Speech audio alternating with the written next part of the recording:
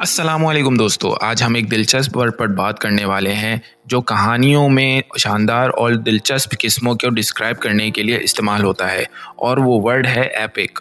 Epic यानी शानदार वो चीज़ होती है जो किसी कहानी, फ़िल्म या इवेंट को यादगार बनाती है। ये अक्सर बड़ी हरकतों को या कहानियों को डिस्क्राइब करने के लिए इस्तेमाल होता है। चलिए कुछ इंग्लिश सेंटेंसेस के ज़रिए इस वर्ड को समझते हैं। His written story is an epic tale. उसकी लिखी हुई कहानी एक शानदार कहानी है, यानी कोई कहानी इतनी दिलचस्प है कि वो यादगार बन जाती है। His written story is an epic tale. दूसरा सेंटेंस देखते हैं। The cinematography of that film was epic.